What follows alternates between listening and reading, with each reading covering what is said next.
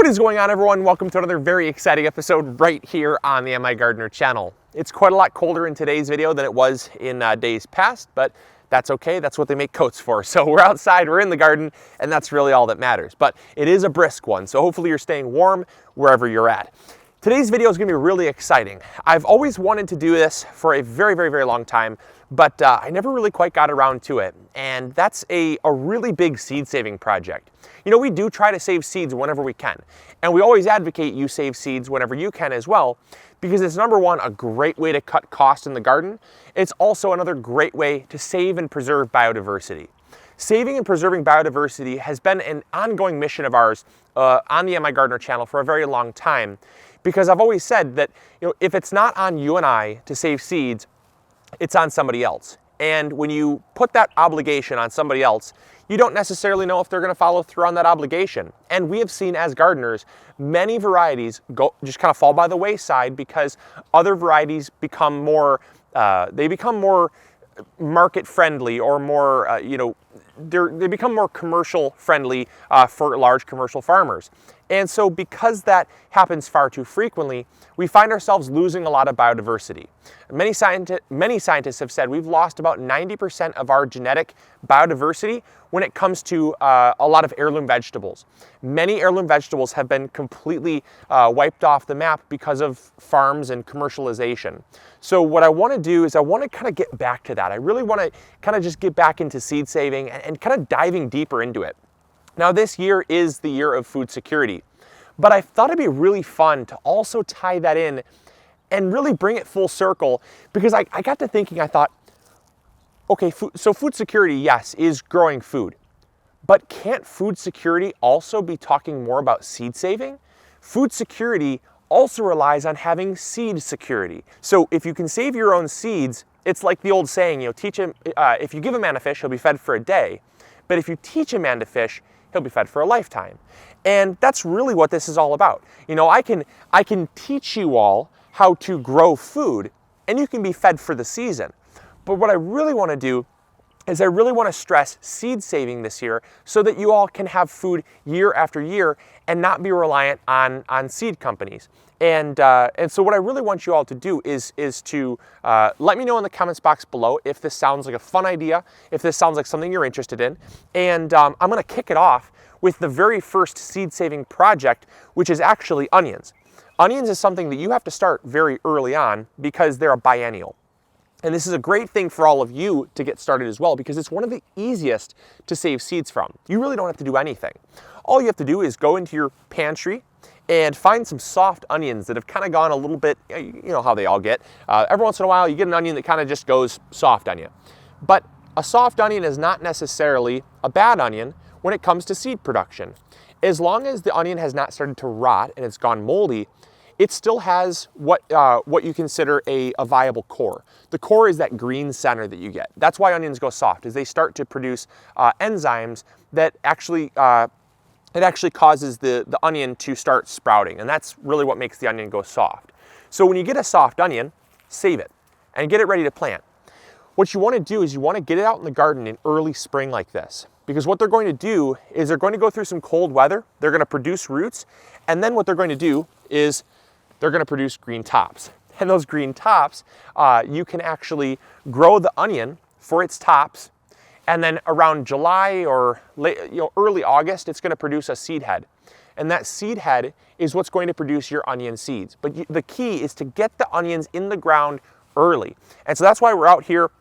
And the reason why I picked this bed here is because we're doing a seed saving project on our Zabroon shallots, a variety that is rapidly becoming an endangered variety as we speak. It's just becoming bred out of existence, the Zabroon shallot. So we're doing a big seed saving project here. So I figured, why not turn this whole bed into our onion seed saving project?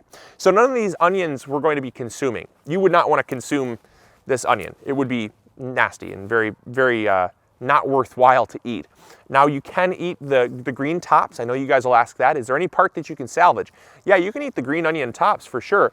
But as this onion grows, it's going to produce seed stalks. And so that's when we're going to be able to preserve seeds, so that in the future, future growing seasons, we have our very own seed that we've grown and then harvested and that we can regrow. So coming in close, I'm just gonna show you what I did. I did prep the bed first. I got it all amended with Trifecta Plus. That's a big thing that you have to do. Every time you start your garden, always remineralize. Not necessarily with Trifecta Plus, that's just what we use, but a good all-purpose fertilizer. We worked this soil, got it all loose, and it's ready to plant. So coming in close, I'll just show you what I'm doing. It's super, super simple. Alrighty, so like I said, I've got a few varieties here of onions. We grew these ones last year, so these are actually onions that we grew. And I've got a few different varieties here. I've got the ruby red long day onion, and as you can see, they've kind of split and separated, and that's what onions will do. They'll separate because they're an allium. They're a bulb, just like daylilies or shallots, chives, garlic.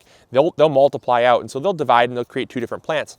And each one of these plants will produce multiple seed heads. So you've got a lot of seed potential here. So what we're gonna do is we're gonna take and we're gonna plant, we're basically just gonna take them and we're gonna bury them slightly. You don't wanna bury them too deep, because what you don't wanna do is you don't wanna encourage rot. You still want a little bit of the top bulb to be exposed.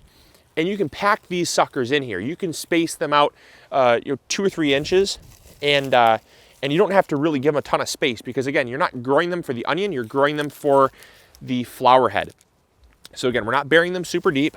We're just keeping them a little bit exposed, not to promote that rot, because again, the onions themselves are already kind of beginning to turn very soft. That's why they're sprouting. So you don't want to have a rot on you, because then they won't really sprout very well at all. So, but I've got these onion varieties here, did so well for us. We really enjoyed them. So then we also have some big onions. These are our Kelsey onions. Really love these. I only had a few that actually stayed firm enough to actually make it through the winter. These onions usually don't have that long of a shelf life, but we had a couple that did make it, and so I kept them in cold storage, and they did last. So I've got some nice white roots, on the bottom there, as you can see. It's a good sign. Those white roots are gonna give us some seed. So I'm gonna make a little space here. And you're probably wondering, Luke, what are you gonna do with, let's see here, there we go. You're probably wondering, Luke, what are you gonna do with cross-pollination? Well, what we're gonna do is we're gonna do because there's so many varieties planted in such a small area, we're going to do what's called bagging. We're actually going to bag the flowers after they start to form, and then that way we can just kind of keep all the varieties stable. Because yes, this Zabroon shallot will cross with the ruby red long day, and yes, the ruby red long day will cross with the Kelsey onions. So they'll definitely cross, and that's why you don't want to just willy-nilly plant a bunch right next to each other. Oh, I did have 4 varieties. I had four bulbs. Okay, cool.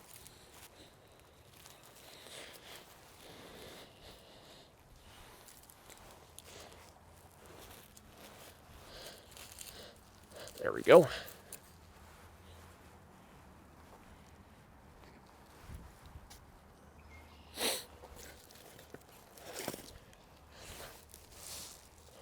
And then I also had the Utah 321. And then we also had one of our favorite onions. This is our all-time favorite onion. This is the Utah yellow. Just an absolutely beautiful onion. Such a long shelf life. In fact, these lasted all winter long, and these suckers are so hard still. We harvested them in late July. I mean, these things are unbelievable. I absolutely love this variety. So we're gonna be saving this as well. And it's actually snowing. Wouldn't you know? There's snow. Oh my goodness. I'll tell you, Michigan has there's no rhyme or reason to Michigan weather. Just zero rhyme or reason. Here we go. It is honestly as simple as that, you guys. It is so simple to get your onions started. And these are just like big onion sets. So we're gonna get these growing, and then once they start sprouting, we're pretty much just gonna let them go to flower. It's so simple. That's why I said it's one of my favorites to save seeds from, because it's so easy. You really don't have to do anything to have luck with them. And then finally, we have the white sweet Spanish. So we got some of these as well that managed to survive the winter. We got some white sweet Spanish, so we're going to throw those in the ground. And just a beautiful, beautiful onion. I absolutely love these. Great cooking onion, just a fantastic shelf life onion. Still hard as a rock. Beautiful, beautiful onion. So we're gonna get these thrown in the soil as well, in this last little spot. And there we go. It took all of maybe 2 or 3 minutes to get those planted. So super easy to do, very easy for anyone to do. Even beginning gardeners can start saving seeds from their onions. And like I said, it's probably one of the easiest plants to start with, because of the fact onions are they're like a miracle vegetable. All of the energy is stored in the bulb from the year prior. That's why if you leave them on the countertop or you forget them in your pantry, they're gonna start just growing without you ever even planting them in the soil.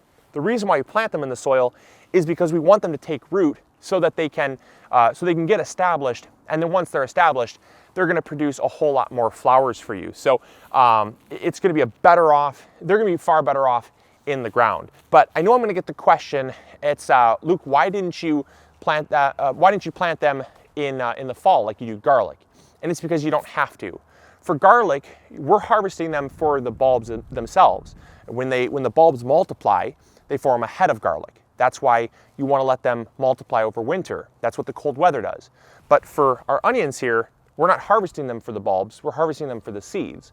And so you can plant them anytime. As long as there have been 2 seasons, the onions are going to go to flower that second season. You don't have to leave them in the ground for any length of time. Now our Zabroon shallots, they did overwinter very well, and that's just because we left them in the ground, because we knew that if we did leave them in the ground, they would be better off, because they're not as prone to rotting. If you leave them on your countertop, you have about a 50-50 chance they're gonna rot and go bad. But if you leave them in the ground, they're gonna grow like any allium would, which is just grow, die back, grow, die back, grow, die back, and so on. So we knew if we left them in the ground, they'd be fine. But yeah, just throw your onions in the ground, let them grow, harvest the seeds, and you're gonna be off to the races. So I hope you guys enjoyed. Hopefully you learned something new. Again, let me know in the comments box below if this is something that interests you, and we'll catch you all on tomorrow's episode. All right, grow big or go home. We'll see y'all later. Bye.